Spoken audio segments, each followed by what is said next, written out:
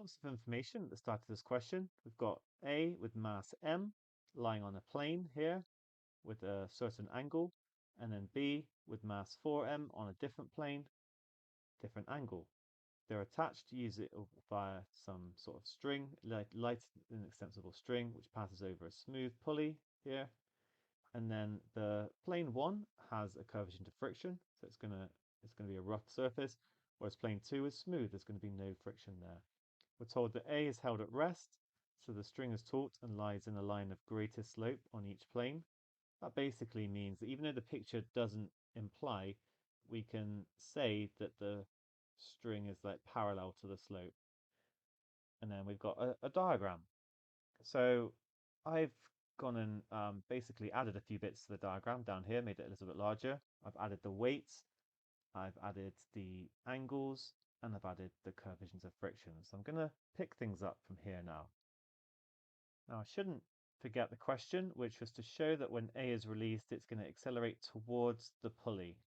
So let me look at the other forces acting on A that would cause this. There's going to be a tension acting this way. Then there'll be an equal and opposite tension acting on the pulley, pulling it down. I'm not going to put that in because I'm just focused on the particles. And then over on the right hand side, there'll be a tension basically stopping B from just falling down. So it's going to be acting in the opposite direction, and it's also going to be T. And there'll be an equal to opposite force pulling that part of the pulley down. So that's quite important to get those tensions added.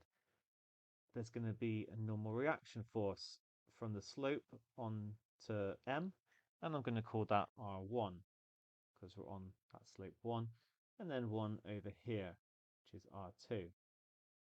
Very important to get all this set up well. Now note, there's going to be a line that carries on, and so in a minute I'm going to be looking at the component of the weight acting perpendicular to the plane and parallel to the plane, because we want to apply F equals ma in the direction of motion, not horizontally and vertically here. So I'm going to say that this angle is alpha, and then this one is also alpha. We're told that alpha is inverse tan of 3 over 4. And what that means is tan alpha is 3 over 4. If I draw a little triangle with alpha in, I've got opposite over adjacent is 3 over 4. I can use Pythagoras' theorem or just spot that it's a 3, 4, 5 triangle. And that means that sine alpha is going to be 3 over 5 and cos alpha is 4 over 5. We can do similar over here. I've got this line coming down from the slope. This is going to be, if I call this beta, then this angle will be beta. Now, tan beta is going to be 4 over 3. And again, I can draw a little triangle.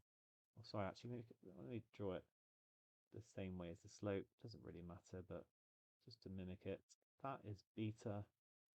Now I've got 4 over 3 and 5 again. So sine beta is now 4 over 5. They just swap around. Cos beta is 3 over 5. Right, I've nearly got things set up. Just got to add one more force, actually. I think it's just one. There's going to be a frictional force acting this way. Because it's talking about A moving towards the pulley, then it means the friction is going to oppose the motion and act down the slope. The other reason why we sort of know why that's going to be true is that here's the larger weight. Okay, the larger weight isn't going to get pulled up the slope, it's going to end up pulling the lighter one down the slope. Oh, sorry, it's going to go down the slope, pulling the lighter one up the slope. That's what I meant. And then there's no friction on the right-hand side because, as we're told, it's a smooth surface. As well as a slope and friction involved here, this is also a connected particles problem. It means that A and B are they're interacting through the tension. So we're going to have to consider the particles separately.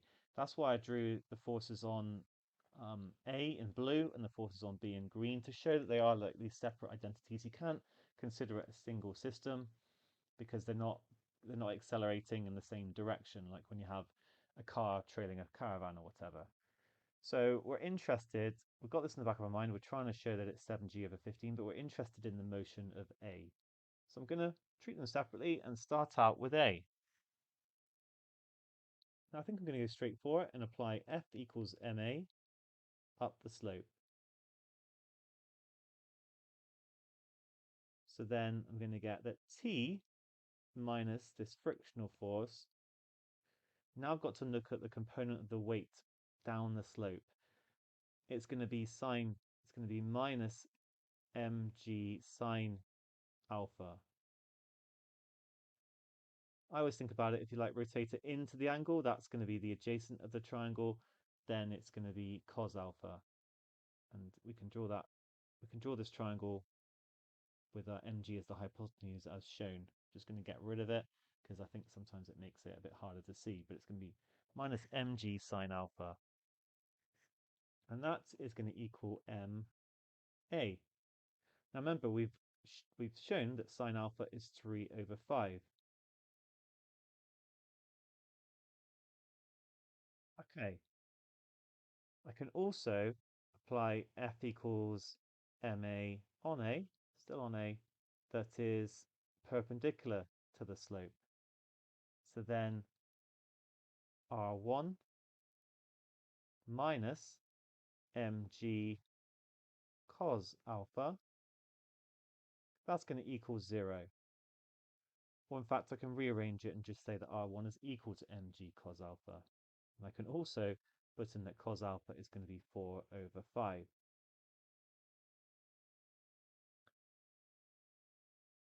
Okay, next up, because it's moving, we can say that Fr is going to be equal to mu r for A. It's technically less than or equal to always, but because it's moving, it's going to take its maximum value. And therefore, in this case, Fr is going to be 1/3, because that was the coefficient of friction on the slope up here. Okay, we were told that earlier, mu1. And then I'm going to be timesing by 4 over 5 mg. This r from a minute ago, which is going to give me 4 over 15 mg. Okay, it's taken a bit of time, but now I can put that into here. So I'm working down the page. I know there's quite a lot going on here, but it's good. So therefore, T minus 4 over 15 mg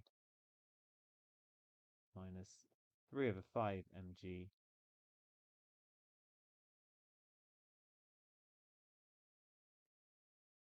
is going to equal ma.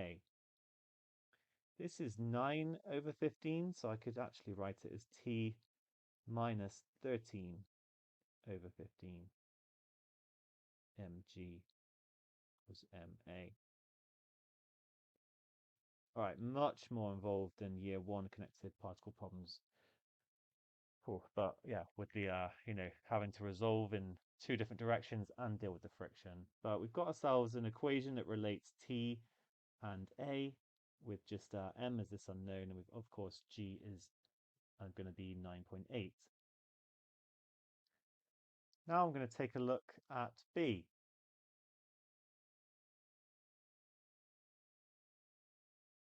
So actually, for B, we could work out what R2 is and get the weight, but it's not going to be relevant because we have no friction here. So actually, I can just apply F equals ma down the slope. This one's much simpler. So 4 mg sine beta minus t is going to equal 4 ma. And sorry, sine beta is 4 over 5, so I'm going to get 16 over 5 mg minus t equals 4 ma.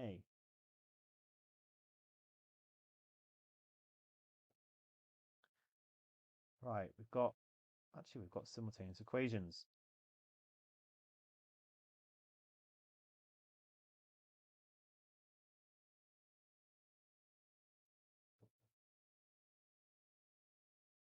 So I can just put this under there.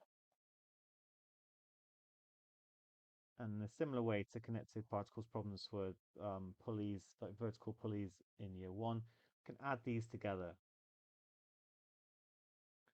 So the t's are going to cancel,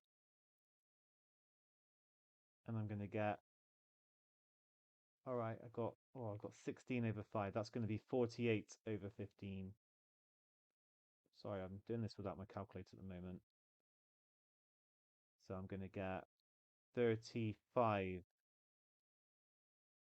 over 15 mg is going to equal 5 ma. Out of the left-hand side, 35 over 15 mg cancelled out the tension. Out of the right-hand side to give 5 ma. Now the m's cancel, so actually m is irrelevant. The result is independent of m. And all I need to do to finish this is divide through by 5. A is going to be, well, I could actually simplify 35 over 15 now, so let me write 5a again. Dividing through by 5 is going to give me 7 over 3g, and therefore a is going to be 7 over 15g.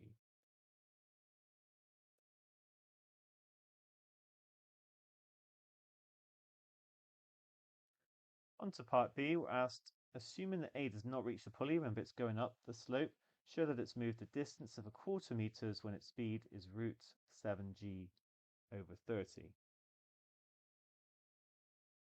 Well, for this, we're involving the speed, so we're going to apply through that to A in the direction that it's moving up the slope.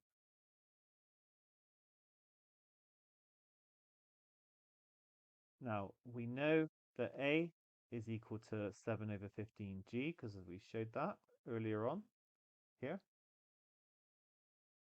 We've got that it's starting from rest, and then V, we're interested in S when V is 7g over 30. So I'm just trying to fit that in. So I'm going to use the Seurat equation, which does not involve T. V squared equals U squared plus 2AS. Therefore, 7g over 30, when I square the square root, is going to equal 0 plus 2 times 7 over 15g times S. 7g over 30 is then going to equal 14g over 15. Just times the top by 2 times S. The g's cancel, and there's different ways to think about it. Now I suppose I'll times by 15 and divide by 14. 7 over 30 times 15 over 14. The 7 and the 14 cancel, leaving 1 and 2. The 15 and the 30 cancel, leaving 1 and 2. And so we get our answer of 1/4. All right, well done with this question.